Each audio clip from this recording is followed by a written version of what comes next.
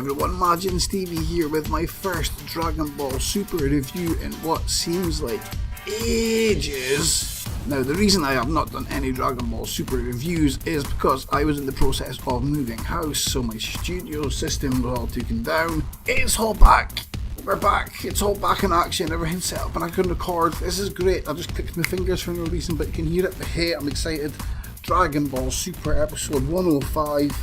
The Tournament of Power continues. So very quickly, before we get into the actual review, let me just give my overview on the Tournament of Power so far. Quite frankly, I think the first section we've had up until now has been a bit of a drag. I have not thought it has been as good as it could have been. I don't know what everyone else's views on this are. Me personally, I don't think it's been that great. I think we've had some good episodes, but I don't think it's been as action-packed as it could have been. There's been just too much stuff happening in this tournament, and it seemed like a bit of a higgle-piggle. We're working in Frieza minutes, it's 48 minutes, but we've already had like 6 weeks or whatever. But regardless, this episode, I feel, is where it turned a corner. This episode was great, and in my opinion, the best Tournament of Power episode we have seen so far.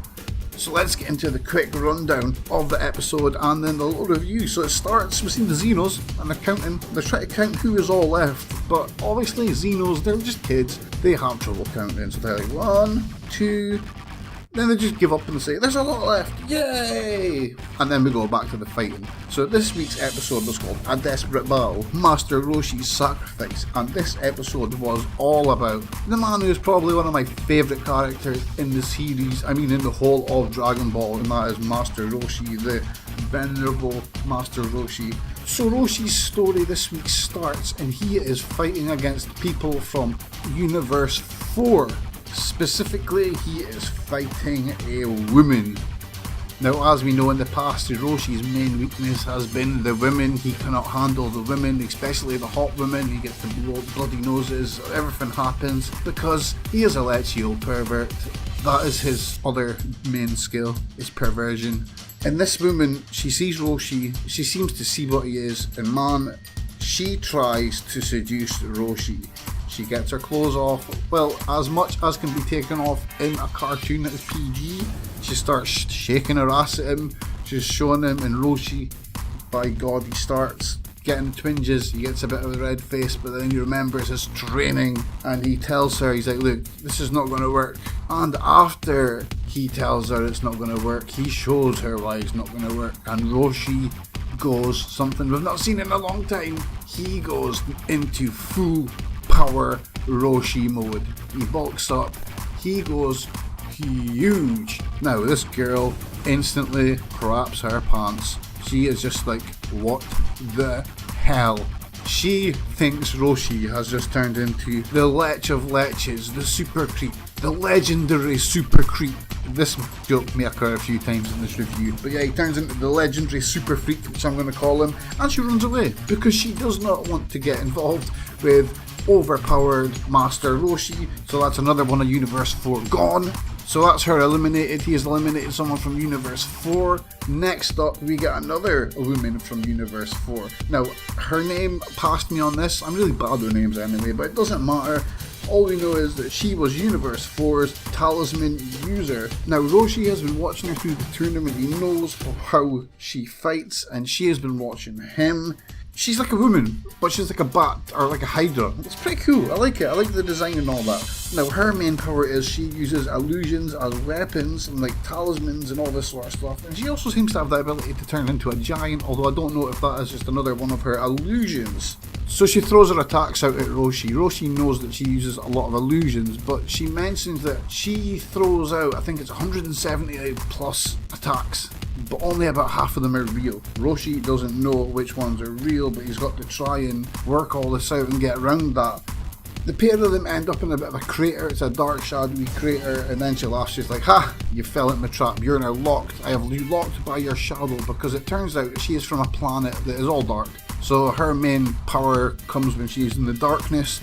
She's a bit of a reverse Yarkon from the Buu saga, who used light to power up. She uses dark, and she locks Roshi in place. She tells him that, look, in the shadows, I am unstoppable. You can't beat me in the shadows. And then, bang, we get thrown right back into the old school Master Roshi. He just goes in his pocket and he's like, I know what, I'm paraphrasing here, he's like, I know what we're going to do here. Pulls out the little bottle, what is it?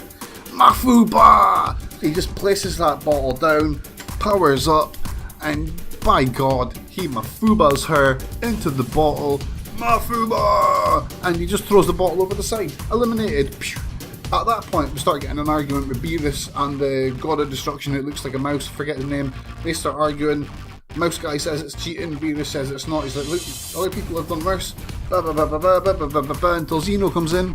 Safe. So the Mafuba was allowed, Roshi was allowed that win, and the fight continues. As at this point, another one of Universe 4's fighter comes along. Now I know this guy's name. He is called Janos. Genos? See, I'm getting confused here because I like One Punch Man and we've got Genos there. Let's call him Ganos. So Ganos appears from Universe 4 and he is wanting revenge on Roshi now because he has now seen 2 of his Universe 4 friends get eliminated by this old man and he wants revenge. After some scuffling and some back and forth, the Universe 4 guy decides it's time to power up and he transforms. Now, this reminded me of a Super Saiyan transformation, although he turned into like a Super Saiyan Duck type thing. So I'm just going to call it Super Saiyan Donald Duck. It was pretty cool. I lolled just because it was like a Super Saiyan Duck, but I digress. Roshi has zero problems fighting this guy at the start. He's just dodging him like hell, throwing him away. The guy just cannot handle Roshi. Even with his special attacks, he just can't do nothing. Roshi just owns him. Experience just beats his power in this situation. And everyone is celebrating because Roshi has him down and everyone thinks that Roshi's beaten. But man, Janos, whatever you want to call him, he gets up, he stands up and he powers up even more. He goes up into Super Duck 2 form and at this point he starts to get the better of Master Roshi. It turns out that the longer Janos fights, the stronger he gets and he is now beating Roshi. Roshi knows if he keeps fighting Ganos is going to keep getting stronger and stronger and stronger, and that this may pose a problem for Goku and everyone else in the rest of the tournament. So Roshi goes into his bag of tricks to try and find something that'll beat Ganos, and what does he go for? We go right back to his fight with Goku in the World Martial Arts Tournament, and he tries to use the Hypnosis Sleepy Boy technique on Ganos. It starts working, Ganos is getting hypnotised, but then it turns out Ganos knows a way to beat this hypnosis and he hits himself with a heavy attack and he breaks the hypnosis. At this point in the fight, we have a look at both fighters. Ganos is down, Roshi's down, they're both weakened, they both look like they are near the end. Ganos is sure he now has Roshi beat because Roshi looks tired, he looks like he's breathing hard, he is starting to breathe heavy, but Roshi gets up, drags himself to his feet and he basically tells the world, screw your limits. Roshi goes into an awesome speech about how Goku and Krillin have taught him, they have taught him that limits are a thing that are meant to be broken, and that Roshi knows he can go past the limit that he has at now. Roshi is getting attacked, but he takes it all and he just starts powering up and he says, this is for Goku, this is for Krillin, this is the Kami style in action.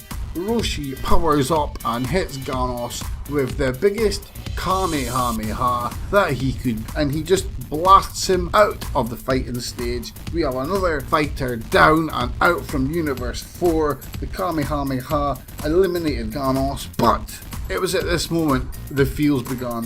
Roshi falls down. Not only does Roshi fall down, Roshi died. Roshi actually died. Now, I won't even lie at this point, I had goosebumps. Roshi's one of my favourite characters. I nearly had a tear in my eye at this bit. Goku sees what's happening, he's like, Roshi! Breaks out what he's doing and just disappears, goes to Roshi. Roshi's lying there down, he's not breathing, he is dead. Goku is trying his hardest to try and recover him. Krillin is crying in the stands, Goku's crying, he's like, come on. Finally, it worked. He breathes. He opens his eyes and he manages to get up and he asks, where did the Hot Angels go? Roshi, we all loved you. Thank God he is back, up on his feet, and on that emotional bombshell, Goku and Roshi walk back into the fighting stage. And that was it for this week. In my opinion, this was the best Tournament of Power episode there has been so far, bar none. That tease with Roshi actually dying in the tournament and having to get brought back to life, that was an really emotional moment, and there is something that I think is going to be hard to top in the Tournament of Power, but obviously this is only halfway through, so it is going to be topped. Great episode from top to bottom. Go and watch it if you've not watched it. And once you've watched that, hey, come back to my channel because I've got a new series starting where I'm reading the mangas, and you can also check out my t-shirt store at Redbubble. All the links will be in the description, but for me, I am out for just now because this is a really long review. Majin Stevie out.